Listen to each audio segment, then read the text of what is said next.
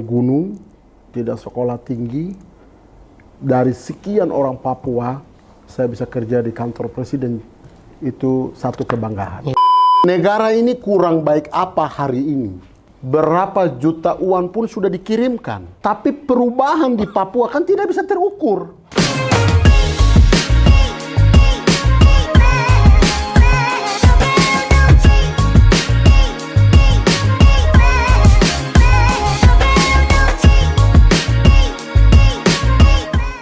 Selamat siang, halo rekan-rekan semua.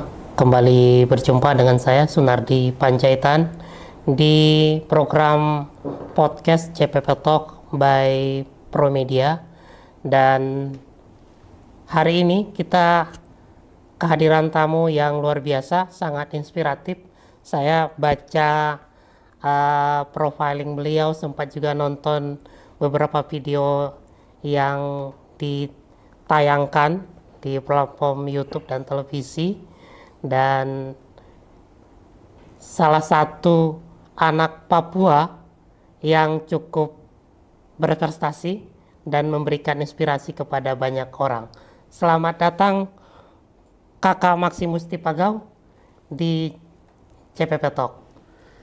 Terima kasih. Apa kabar Kakak? Saya panggilnya Kakak Maximus apa Kakak Gladiator? Saudara saja ya. Saudara. Kakak boleh lah. Lebih tepatnya kakak. Baik. Saya terima kasih sudah telah mengundang saya di sini. Senang hati bisa berbagi cerita Indonesia, khususnya di tanah Papua, di Indonesia paling timur. Nama saya panggilannya panggilan di jalan adalah Maximus Gladiator. Maximus Gladiator. Asik. Luar biasa. Jadi sebelum kita ngobrol-ngobrol lebih lanjut, saya ceritakan sedikit soal profiling Kakak Maximus. Jadi saya baca bukunya Kakak Maximus ini, Gladiator Papua. Itu kisahnya cukup inspiratif, sedih, penuh drama gitu ya kira-kira. Dan Kakak Maximus ini lahir tahun 1983. Betul. Di Papua Tengah dari suku Moni. Benar.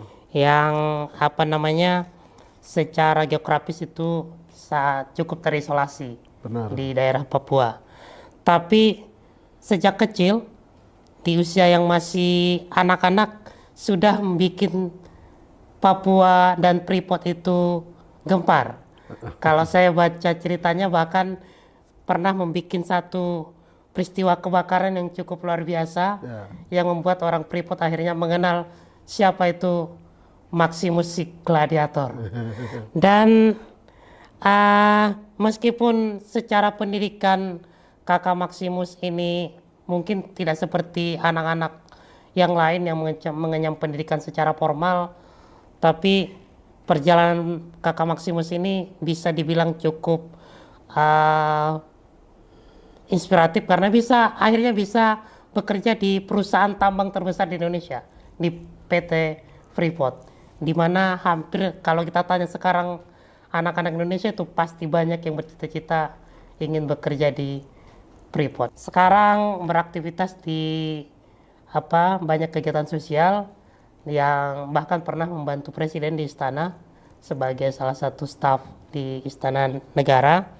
Dan terakhir, dan dalam proses pilkada sekarang, dinamika politik 2024, kita mendengar Kakak Maximus menjadi salah satu tokoh di Kabupaten Mimika yang akan meramaikan pilkada Kabupaten Mimika di Papua Tengah.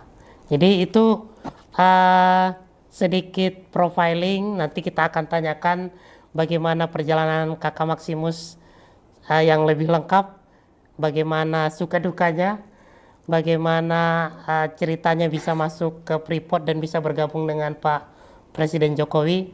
Nanti akan kita dalami satu persatu.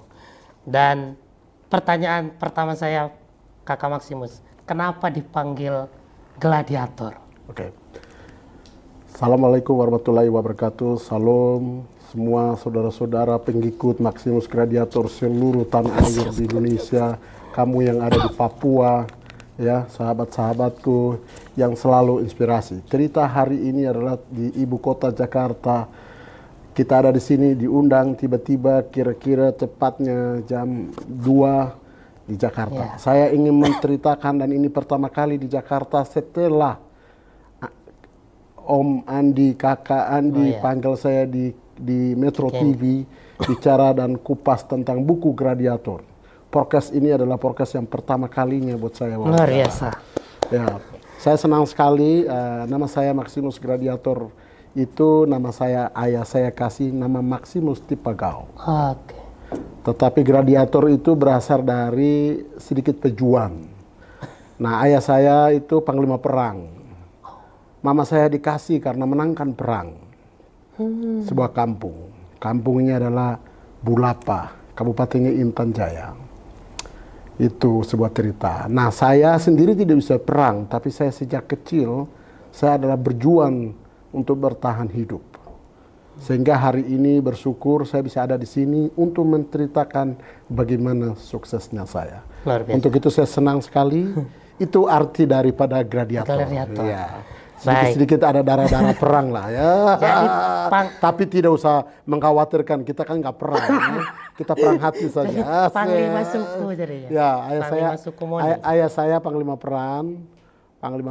Saya sendiri belum berhasil perang, tapi saya suka berhasil dengan kerja keras. Baik Kakak Maximus, ini mungkin bisa diceritakan dulu lah kalau melihat perjalanan Kakak Maximus ini tadi anak seorang panglima perang, tapi sejak kecil sudah yatim piatu katanya, bahkan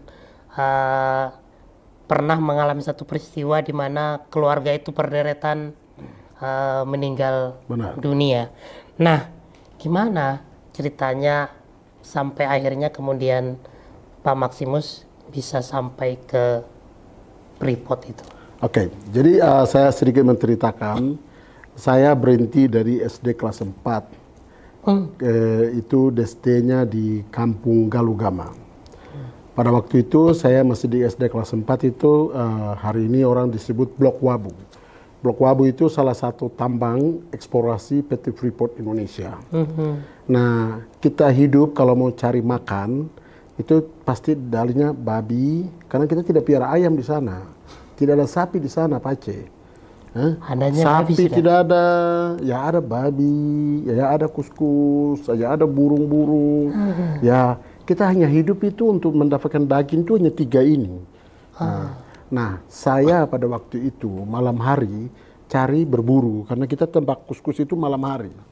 Tapi pada waktu malam harinya itu sepanjang hari dari jam 7 malam sampai kira-kira jam 4 pagi itu hujan luar biasa. Nah, di sini di puncak ini Blok Wabu ini eksplorasi Freeport. Nah, Freeport eksplorasi. Nah, ini ada camp panjang. Ya, di mana campnya yang orang eksplorasi itu tidur situ. Nah, tapi dia itu kan agak tinggi dia bangun. Nah, di bawah ini agak celah-celah kosong. Celah-celah kosong ya, jadi saya pasang api karena dingin. Jadi tidak bermaksud untuk bakar untuk campnya. menghangatkan badan. Iya, karena dingin kita hangatkan badan. Tapi pada waktu mereka bikin camp itu tumbahan bencing itu banyak. Jadi tanah itu udah kering, tumbahan bencingnya juga banyak. Mungkin itu pada waktu kita pasang udah tiba-tiba api saya angkat-angkat, dia tiba-tiba langsung sana, lari sana, campnya terbakar, saya terbakar, saya lari kan. Saturna, orang semua keluar, itu Maximus. Nah, kebetulan waktu daerah eksplorasi belum waktu terbakar itu kan saya juga terkenal. Daerah itu saya terkenal. Sebelum itu sudah terkenal? Saya terkenal. Sudah buat kenakalan-kenakalan? Ya, nakalannya kenal, orang udah tahu. Terus saya juga sempat untuk bikin helipad itu kan pakai kayu. Nah, kita kan nggak punya uang ya, jadi masih SD kelas 4 itu saya potong kayu, dan saya jual kayu. Terus saya mau minta makan, kasih saya makan dulu. Jadi kan kita pingin makan nasi kan, kita nggak punya makanan nasi. Orang tua udah nggak ada nasi ya kita minta kan. Kadang-kadang kasih, syukur-syukur. Kalau tidak ya tidak bisa. Yo, anak nakal, Maksimus. Oh, udah langsung ke barak itu terbakar. Mereka telepon di markas besar di Bilogai. Bilogai pagi-pagi coper turun jam 5 cari pakai senjata. Senapan. Bukan senapan, Pak. M16 langsung. Gimana ini orang nakal ini M16? Cari, akhirnya saya udah nggak boleh sekolah karena keamanan sudah pentang. Kalau penjeta kampung udah pesan anak-anak. Jadi Pak Maksimus ini jadi DPO? Iya, DPO di kampung. Ya, akhirnya saya tinggal di kampung jauh, habis itu pengungsian, habis itu saya ke Tembagapura. Oke. Itu cerita, Tembagapura terus jadi tukang kebun Tembagapura.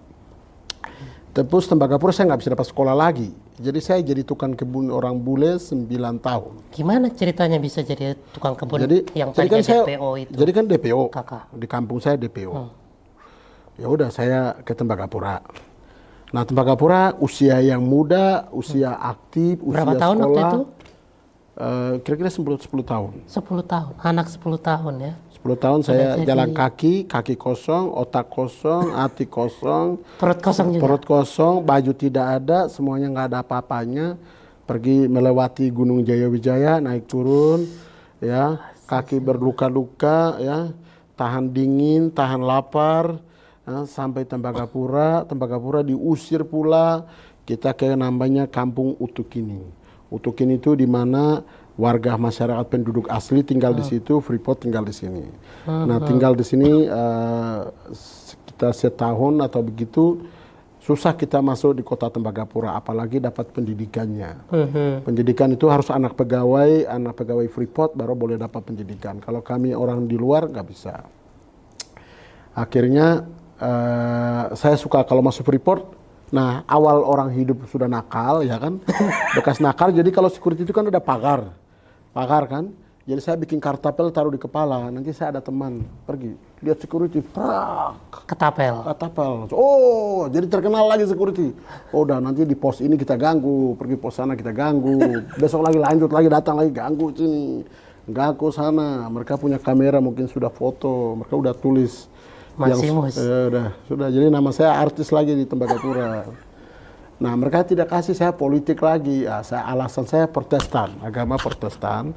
Jadi yang Protestan itu kan ada di kampung masyarakat, jadi tidak boleh masuk ke Tembagapura. Katolik itu orang masyarakat karena Katolik, gereja Katolik di sana nggak ada, jadi sudah saya ikut saudara masuk ke gereja Katolik. Iya, gereja Katolik saya masuk.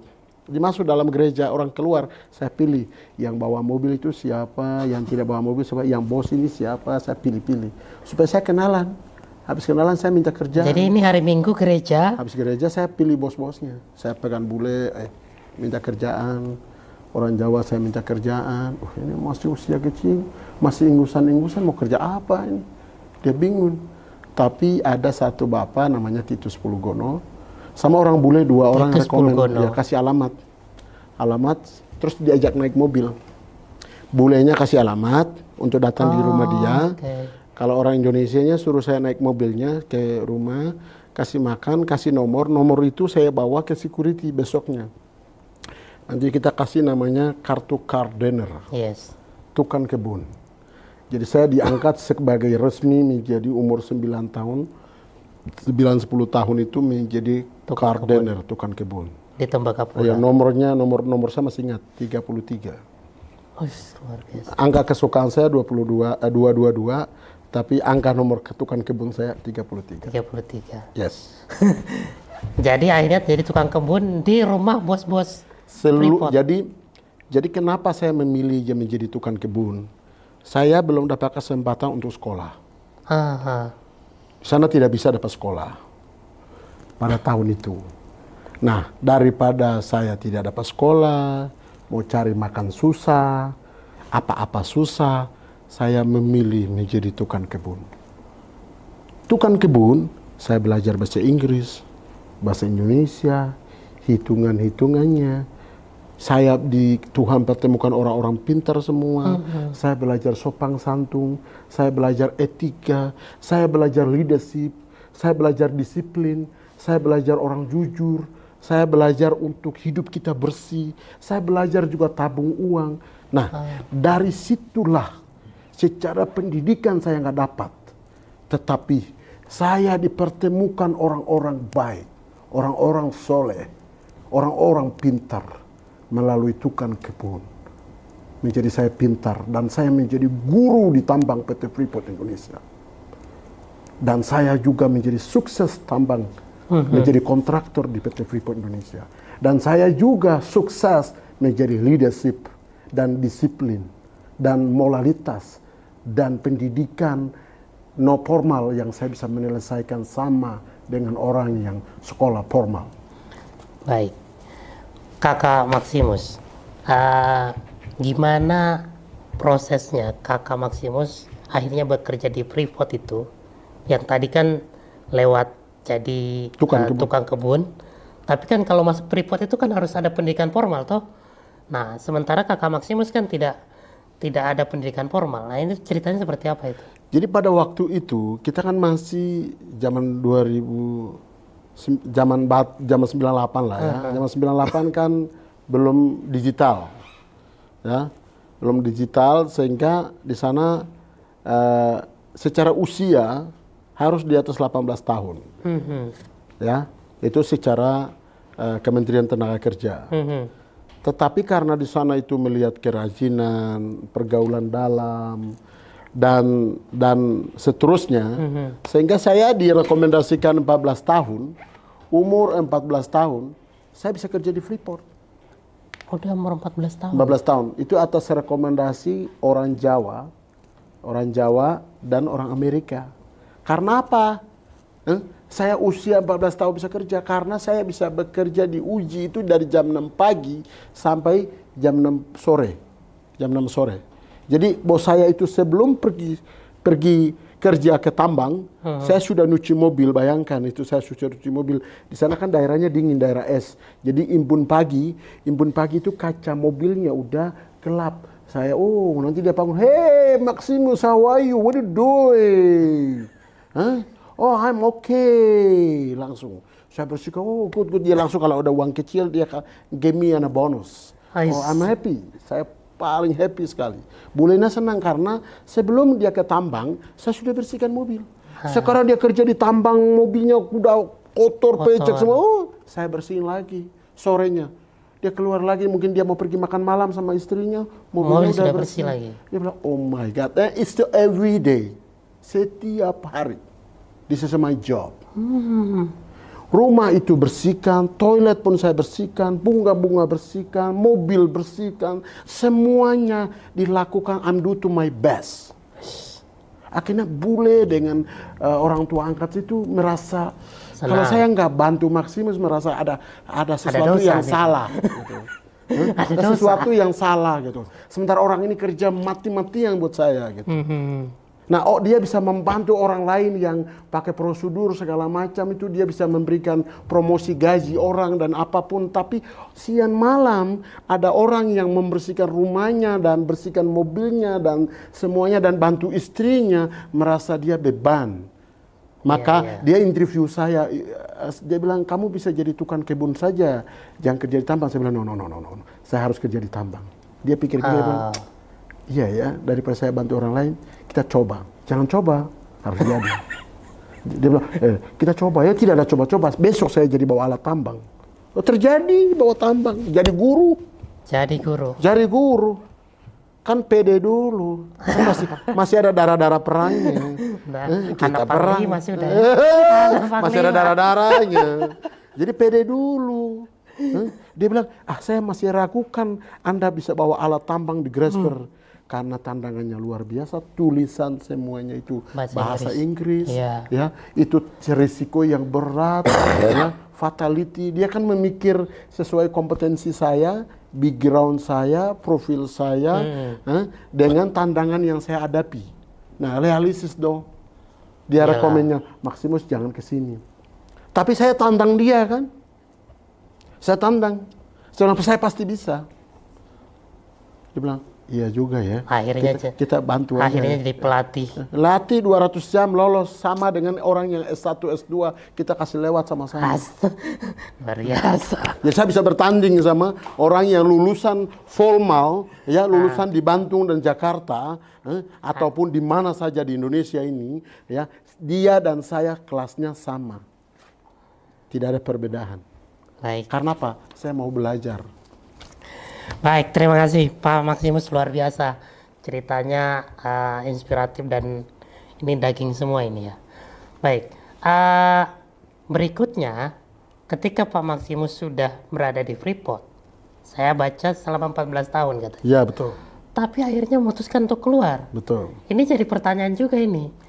Sudah nyaman, gajinya Bagus, gede, guru tambang. guru tambang pula.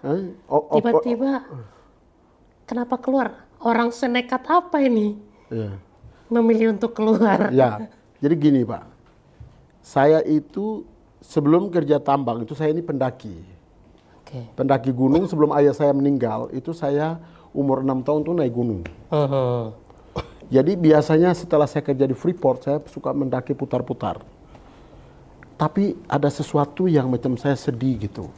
Ini tanahnya indah, Freeport bertambang, tapi masyarakatnya susah gitu. Jadi selalu saya mendapatkan inspirasi ini dari gunung. Gunungnya ini adalah Puncak Somatua, Bainggela, Cartens Pyramid, dan sekitar ini saya suka menjajaki gunung. Nah itu menjadi beban saya, bahwa saya harus pergi bantu masyarakat. Jadi saya waktu itu masih kerja itu saya pergi bikin sekolah, antar bawa dokter. Saya suka menjalan dengan masyarakat. Saya suka berbagi karena saya punya gaji, saya punya jaket atau apapun. Saya suka apa yang saya miliki itu saya suka berbagi. Oh, jadi waktu kerja di Freeport itu sudah bantu-bantu? Saya suka bantu orang karena saya sudah melewati hidup susah. Oke. Jadi hidup susah itu sudah bagian dari hidup saya. Maka saya lihat masyarakat kalau hidup susah, orang sekitar itu ada susah, saya suka panggilan saya, suka pingin menolong. Sehingga waktu itu saya posisi nyaman, gaji besar, posisi bagus, saya bisa bahasa Inggris, saya di-hire jadi guru, saya bisa jadi potensi jadi manajer di PT Freeport Indonesia. Tapi saya lebih lagi pingin menolong orang, pingin menolong masyarakat saya, pingin membantu. Walaupun saya tahu saya punya terbatasan dan punya kekurangan, tapi saya punya jiwa, raga saya untuk menolong orang. Ini namanya ketika karena punya latar belakang kehidupan susah. Jadi meskipun sudah berada di puncak karir itu, tetap lihatnya ke bawah. Ya. Tetap melihat orang-orang sekitar yang ingin dibantu. Ya. Kita mungkin ingin mendalami terkait dengan tadi keputusan Kakak Maximus keluar dari Freeport, tapi 2015 itu kalau nggak salah Kakak Maximus akhirnya masuk Istana Negara, membantu Presiden Jokowi. Di mana ketemunya dan gimana ceritanya bisa bertemu dengan Presiden dan diajak kerja? Jadi alhamdulillah saya puji Tuhan pada waktu itu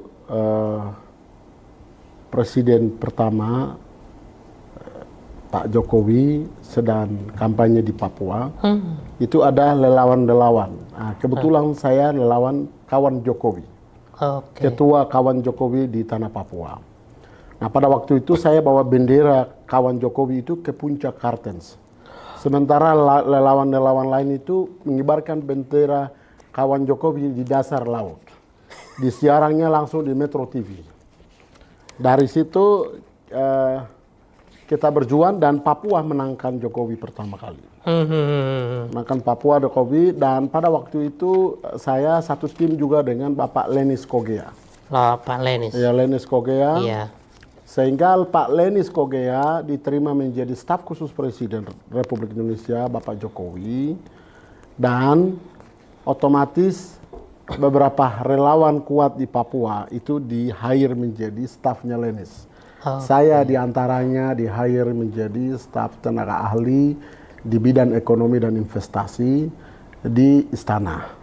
Dan saya bersyukur kepada Tuhan sudah pernah bekerja di kantor presiden, sering masuk ke dalam, keluar, mengantarkan surat ke istana, keluar masuk, selalu pakai baju putih, celananya hitam, office benar-benar office banget. Dan pada waktu itu saya bangga sekali dengan motivasi yang cukup dua. Pertama, saya orang gunung, tidak sekolah tinggi. Dari sekian orang Papua, saya bisa kerja di kantor presiden, itu satu kebanggaan. Iya, iya. Itu yang pertama. Motivasi yang kedua adalah saya ingin belajar. Berikutnya adalah dengannya saya bekerja di kantor presiden itu bisa membantu orang Papua. Minimal memfasilitasi menjadi gap antara pemerintah pusat dan orang Papua asli. Itu kita bisa mediasi, membantu permasalahan-permasalahan sosial ekonomi, sosial politik, dengan pemerintahan di sana, dengan masyarakat lokal. Itulah motivasi saya. Waktu itu SK saya untuk 5 tahun. Tetapi saya tidak sampai selesai. Hanya 3 tahun bekerja di kantor presiden. Saya kembali lagi ke tanah air saya di Papua untuk melakukan pekerjaan sosial saya dan bisnis saya sendiri. Saya masuknya di situ, Kakak Maximus. Jadi sekarang itu berarti Kakak Maximus fokus pada kegiatan-kegiatan sosial dan bisnis di Papua. Nah, apa ini kegiatan-kegiatan yang sekarang dilaksanakan oleh Kakak Maximus? Setelah kerja di kantor presiden, periode pertama, itu saya pergi, saya membangun namanya Yayasan Somatua. Yayasan Somatua. Saya punya sekolah TK, saya punya balai pelatihan, kira-kira 230 juta per bulan kita donasi.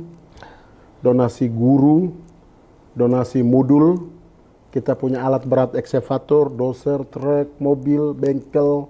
Kita punya balai pelatihan ini diresmikan oleh Wakil Presiden Bapak Maruf Amin, Wakil Presiden yang tanda tangan.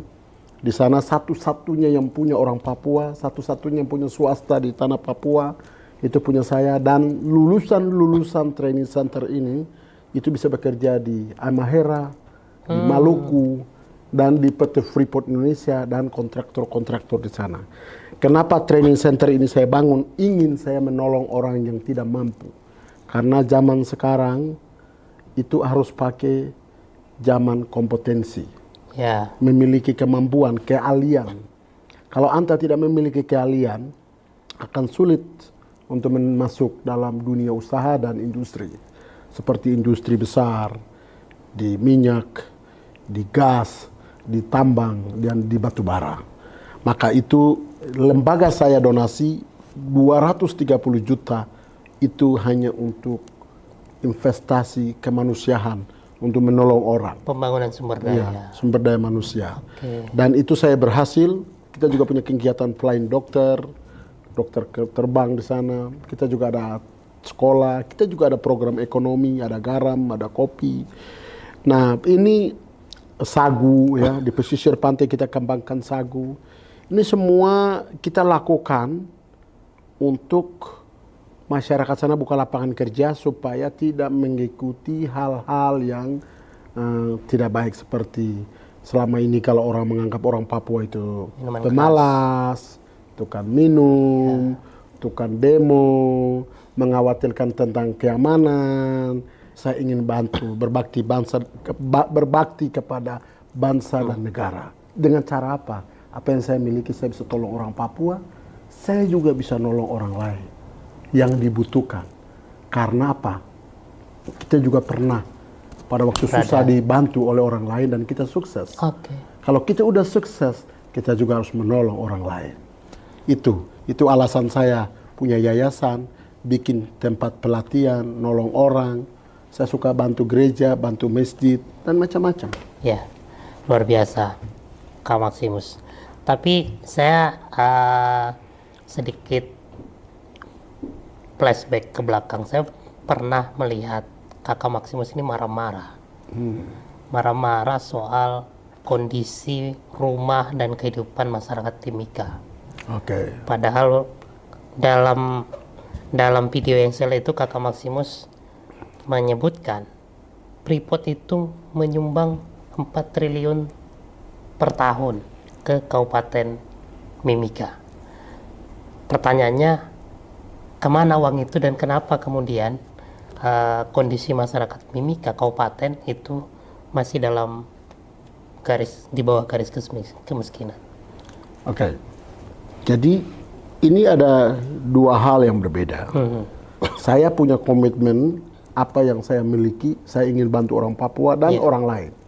Karena di mata Tuhan, di mata Allah di atas itu sama manusia. Kita harus saling membantu, saling menolong, tidak boleh pilih kasih. Itu hukumnya kepada siapapun. Sekarang kita lihat bagaimana Pemda Mimika. Pemda Mimika ini hari ini memiliki anggaran 7 triliun 500 miliar. Di antaranya salah satu sumber uangnya adalah transfer langsung oleh PT Freeport Indonesia. Itu setiap tahun itu dia naik. Ya, tahun lalu mungkin saya tidak tahu 3 triliun, hari ini 4 triliun. Nah, di Timika ini kota itu ada 2 kota. Satu kota daratan rendah, yaitu lowland. Satu itu kota daratan tinggi, yaitu highland. Nah, kalau kita punya tambang PT Freeport Indonesia itu ada di daratan tinggi. Highland itu ya. Highland. Tapi di sini ada 2 suku yang dominan tinggi dan yang memiliki 2 suku, yaitu suku Highland sampai di tengah itu adalah Amume. Suku di pesisir pantai itu adalah Kamoro. Nah, saya sedikit sedian, kok dari keringat saya aja, saya nyari uang, bangun jam 6 pagi, pulang jam 10 malam, tidur jam 1 pagi, jam 1 mau pagi, itu kebiasaan saya, jam 12 malam, jam 11 malam. Juga masih ada toleransi kepada umat, saya bisa menolong dari hasil keringat. Ini uang negara. Ini uang dari hasil sumber daya alam. Freeport mengirimkan uang, tapi rakyatnya, masyarakatnya hidup susah. Nah, menurut saya ini sesuatu yang salah. Iya. Sesuatu yang salah itu berarti ada orang yang pesta pora atas menderitanya rakyatnya. Itu yang pertama. Yang kedua, ini bukan pemerintah pusat yang salah. Ini bukan Freeport yang salah. Freeport sudah melakukan kewajibannya. Negara sudah melakukan kewajibannya transfer uang 7 triliun 500 miliar. Sekarang kemana perang dari pejabat daerah? Terutama pemerintah daerah. Dari perang dari kita orang semua, orang Papua. Kepala suku pendeta. Saya kira ini sesuatu yang salah. Nah, saya berharap, saya berdoa supaya masa yang akan datang ini benar-benar menentu kepada masyarakat. Apalagi kita itu diikat dengan undang-undang namanya otonomi khusus. Otonomi khusus itu 20% itu untuk pendidikan, 20% itu untuk kesehatan. Dan sisanya bahkan bisa kasih gaji kepada orang Papua sendiri. Dan itu otonomi khusus dijaminkan. Loh, kok zaman orang bisa ukur di mana kesejahteraan itu dari indeks kemanusiaan, pendidikan, kesehatan, dan kehidupan seperti air, rumah, lampu. Ya, ini yang paling penting. Nah, ini sesuatu yang kebutuhan dasar kehidupan bangsa dan negara. Nah, negara sudah kasih uang, tapi ini tidak disedia. Termasuk rumahnya orang Kamoro harus, kita tidak bisa bilang zaman milenial saat ini, zaman canggih seperti ini, itu kan seperti biasa, budaya biasa, orang Papua mabuk-mabukan, tidur dalam tenda-tenda, tidur dalam goa-goa, tidur dalam sungai-sungai, itu cerita lama. Cerita ini tidak boleh lagi ada. Era global sudah berubah, zaman sudah berubah. Saya anak muda. Saya Bupati Mimika. Saya punya motivasi pertama, saya ingin rubah ini. Saya yakin dan percaya. Saya tidak mau lagi zaman seperti ini orang hidup di dalam kemiskinan. Negara ini sudah ada. Kenapa harus ada gizi buruk di Papua? Kenapa harus orang itu pendidikannya tidak bisa sentuh? Kenapa itu rumah layak huni itu tidak ada? Kenapa air minum bagian dari kehidupan itu nggak ada? Ini ada yang salah. Salah siapa? Adalah pemimpin yang salah. Pemimpin tidak punya komitmen. Pemimpin tidak kerja jujur. Pemimpin bagi sedang cawe-cawe kepada orang lain. Pemimpin mempalsu semua laporannya. Maka saya ketika jadi bupati, motivasinya adalah sebagai anak muda berubah semua cara-cara yang memperalatkan dan tidak berpihak kepada orang asli Papua dan Nusantara. Dan berbakti kepada bangsa dan negara. Nomor 1, berbakti bangsa dan negara. Nomor 2, kepentingan Nusantara. Nomor 3, komitmen untuk orang Papua. Kalau masa lalu saya sehidup susah, dan saya diberkati, Allah mengasihi saya rezeki, Tuhan kasih saya rezeki, saya bisa berbagi rezeki saya. Saya bercita-cita besar menjadi Bupati Mimika. Saya ingin berantas kemiskinan absolut di pendidikan, kesehatan, gizi buruk. Dan apalagi tambah lagi kalau orang Papua yang gak sejahtera, gak mendapatkan haknya. Dan selalu protes kepada negara, selalu protes kepada Freeport. Freeport bukan pemerintah, Freeport adalah sebuah kontraktor antara Amerika dan Indonesia. Sudah final. Nggak ada tekanan kepada Freeport. Perlu kita lakukan adalah introspeksi kita sendiri dan kita adalah perubahan. Jadi kalau masa lalu saya boleh hidup susah. Allah bisa tolong saya, bisa jadi sukses jadi pengusaha, kerja di istana, kerja di Menteri Dalam Negeri, sekarang kerja di mana-mana, bicara tanpa teks. Itu semua pemberian Allah di atas. Kalau bupati adalah amanah, titipan. Maka saya percaya diri saya orang asli Papua. Saya anak muda Papua. Percayalah sama saya. Sungguh-sungguh saya akan melakukan menjadi kewajiban saya. Saya akan total mimpi harapan saya. Ada perubahan terjadi di Indonesia Timur. Kalau selama ini setanah air Indonesia paling takut ke Papua. Sementara Papua kaya raya. Papua adalah surga. Papua adalah in the world. Paradise. Semua ada di tanah Papua. Itu negaranya, negara Indonesia. Bagian dari NKRI. Saya ingin sebagai anak muda menghilangkan namanya negatif kepada tanah Papua. Untuk itu, semoga pertarungan 2004-2009, saya menang bupati, saya pingin legasi. Ada satu legasi yang saya suka baca. Nelson Mandela ada di Afrika. Berkali-kali dia masuk penjara. Dia keluar dari penjara, dia ambunyi orang yang ada di penjara. Dan dia ambunyi masa lalu kulit putih. Dan dia yang menjadi perdamaian dunia, presiden kulit hitam. Maka saya ingin bagian dari dia. Papua boleh ada kulit, warna, budaya berbeda, agama boleh. Tapi kita Indonesia, legasi bagi bangsa dan negara nomor 1. Kita akan lakukan mimpi itu di timur Papua, di Timika. Saya harus tepuk tangan ini. Luar biasa. Harus mimpi dulu. Kalau Anda nggak punya mimpi, nggak usah coba-coba bubarkan. Harus bubarkan. Jadi optimis, mimpi, harapan, perubahan. Jadi kapasitas saya saat ini bukan nyari uang. Saya bukan orang cawe-cawe. Saya udah keliling dunia. 9 kali saya sudah ke Jerman.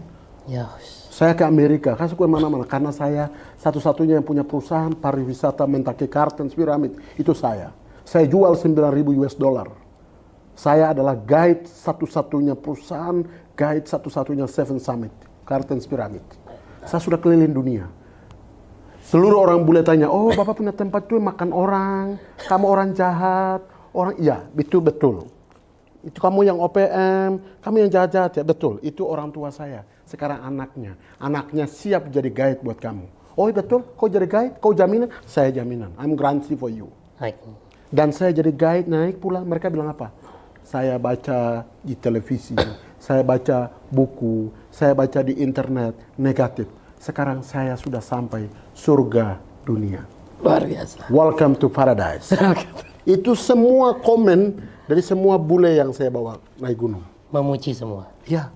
Dan saya sudah mantau 17 Agustus, hari-hari nasional itu pengibaran bendera merah putih di Puncak Kartens. Waktu itu Pak Tito masih Kapolda Papua, Pangdam, dan beberapa hari-hari nasional. Dan itu sudah lakukan dan saya bermimpi satu saat tahun yang 2024 ini, besok saya bupati, saya bermimpi 2025, 2026 itu saya ingin pakai baju kenegaraan bupati. Saya bikin upacara bendera merah putih di Puncak Kartens. Itu untuk saya bayar mimpi 6 tahun saya ke Kartens sama ayah. Setelah saya bupati saya akan kibarkan bendera. Baik. Ada lagi yang menarik nih Pak Maximus. Saya hanya reply ucapan-ucapan Pak Maximus saja. Pak Maximus, Kakak Maximus pernah bilang begini, membangun Papua itu nggak perlu dengan uang. Betul. Tapi dengan cinta. Nah, saya mau tanya maknanya apa itu? Ya, jadi itu begini. Itu bermaksud, ya. Maksud saya itu negara ini kurang baik apa hari ini. Berapa juta uang pun sudah dikirimkan. Tapi perubahan di Papua kan tidak bisa terukur. Kita tidak ada alat ukur untuk Papua sukses, itu tidak ada. Iya. Mulai dari PEPERA sampai hari ini, otonomi 20 tahun yang lalu sampai hari ini, kita mau ukur orang Papua sukses dan perantas kemiskinan itu di mana? Nggak ada. Berarti caranya harus berubah. Contoh, uang ada banyak di Timika, tapi tidak ada signifikan. Berarti ini masalahnya masalah birokrasi dan pemerintahan dan orang-orangnya. Iya. Harus berubah hatinya, komitmennya. Seperti memiliki hati seperti Maximus Gladiator, baru bisa berubah di Papua. Kalau tidak memiliki hati seperti ini, tidak akan ada perubahan di Papua. Karena yang bermasalah adalah orang-orangnya, bukan negara yang bermasalah, bukan uang yang bermasalah. Uang ada, negara kasih, kesempatan ada, tapi bermasalah jutaan orang Papua yang ada di sana. Selalu mencari uang untuk kepentingannya sendiri, tidak menolong orang Papua. Akhirnya absolut orang Papua terlalu miskin di negerinya sendiri. Jadi tidak boleh ada protes kepada negara. Negara tidak salah, undang-undang udah kasih, uang udah dikasih, kekuasaan udah kasih. Orang-orang tidak berkomitmen kepada orang Papua. Sehingga kemiskinan itu luar biasa. Kalau dia bilang, wah ini masalah, berarti pemimpinnya yang masalah. Justru kamu ada masalah, itu yang dikasih jabatan gubernur, bupati, wali kota. Oh, anda sendiri nggak bisa menyelesaikan persoalan-persoalan yang terjadi di kabupatenmu. Anda sendiri tidak ada di kampung-kampungmu, tidak urus rakyatmu, tidak mampu mengatasi, tidak mampu negosiasi, tidak mampu mediasi, tidak mampu menyelesaikan masalah-masalah di sana. Baru semua mau mesalahkan dengan pemerintah pusat, ya tidak bisa. Pemerintah sudah kasih uang, pemerintah sudah kasih jabatan, pemerintah sudah kasih kewenangan. Nah itu alasan saya mau naik bupati. Karena berapapun saya punya bantuan dari perusahaan saya, yayasan saya, hasil keringat saya tidak cukup menolong orang Papua. Harus pakai kekuasaan negara. Untuk pakai uang negara nolong orang Papua, dirubah cara-caranya. Harus pakai negara, kekuasaan negara. Harus masuk politik. Masuk dalam dunia partai politik. Dukungan dari partai politik. Ini penting. Kalau tidak ada ini tidak bisa. Ini sesuatu yang susah. Dan cara-cara ini harus dirubah secara total anak muda di Papua. Kita terbukti sekarang. Wakil presidennya anak muda. Terus apa masalah? Semua anak-anak Papua. Kita orang pasti bisa. Sudahlah kita ganti pemainnya. Ganti pemainnya. Waktunya harus main. Anak muda. Seluruh Indonesia. Anak muda harus turun ke langit. Harus. Apapun. Nggak perlu lagi pakai batik-batik, pakai kaos turun, yang penting hati. Kita melihat mimpi masa depan Indonesia emas 2040. Tangan siapa untuk merubah ini 2040? Itu waktu tidak lama lagi. Anak muda. Kita turun gunung. Kita turun gunung, kita rubah semua cara-cara ini. Maka saya bermotivasi tinggi. Saya optimis diri saya. Dan saya yakin anak-anak muda pasti inspirasi dari saya semua. Luar biasa. Pak Maximus, kita doakan apa yang menjadi cita-citanya Pak Maximus. Terutama bagaimana kita ke depan melihat Mimika itu maju, terutama juga Papua bisa menjadi maju. Saya sepakat tadi dengan Pak Maximus. Persoalannya bukan di uang. Bukan. Karena uang itu sebenarnya ada. Karena tidak banyak daerah juga tingkat kabupaten yang punya anggaran 7 triliun. Tapi mereka bisa lebih maju dari Mimika misalnya. Nah, jadi terakhir, ini pertanyaan terakhir saya, pesan Pak Maximus untuk masyarakat Mimika, untuk anak-anak muda di Mimika, dan anak-anak muda Papua yang ada di Indonesia. Pesan saya, kita belum ada yang terlambat. Hanya kesempatan yang belum dapat.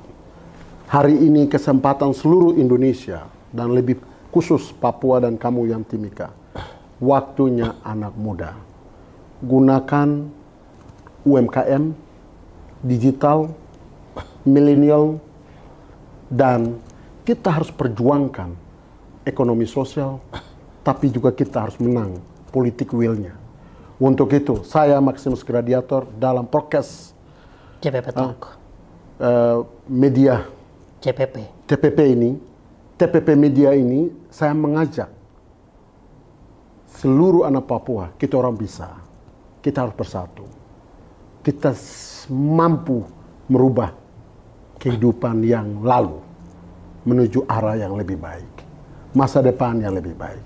Marilah kita orang semua tanpa perbedaan, tanpa menjelekan satu dan lain. Kita orang bersatu demi untuk Indonesia, demi tanah Papua, khusus lagi Timika. Kita orang Timika kaya, kita harus sukses, kita harus berhasil untuk kita orang semua. Maka saya juga terima kasih. Kita sekali lagi kita ngumpul-ngumpul, ngopi-ngopi lagi. Siap. Kita cerita lagi dari tanah Papua. Pasti semua yang akan ikuti ini, kamu pasti penasaran melihat itu nanti ikuti kita terus. Jangan lupa like dan komen Instagram di teman-teman kita di sini, dan juga ikuti kita terus. Kita akan ketemu lagi di lain kesempatan. Salam dari Maximus Gradiator. Terima kasih Pak Maximus. Mudah-mudahan perjuangan Pak Maximus berhasil. Kita doakan nanti terpilih di 2024. Kita juga pesan kepada masyarakat Kabupaten Mimika, ini ada anak muda yang ingin merubah daerahnya, kita dukung, kita pilih, dan kita perjuangkan. Terima kasih. Saya Sunardi Panjaitan. Sampai ketemu di podcast berikutnya. Selamat sore. Assalamualaikum warahmatullahi wabarakatuh. Saya juga mengucapkan selamat sore semua. Assalamualaikum warahmatullahi wabarakatuh. Om Swastiastu, Namo Buddhaya, salam kebajikan. Amolonggo. Buat kamu Timika, Nemo Waitimi. Amolonggo. Ya. Amolonggo. Amolonggo.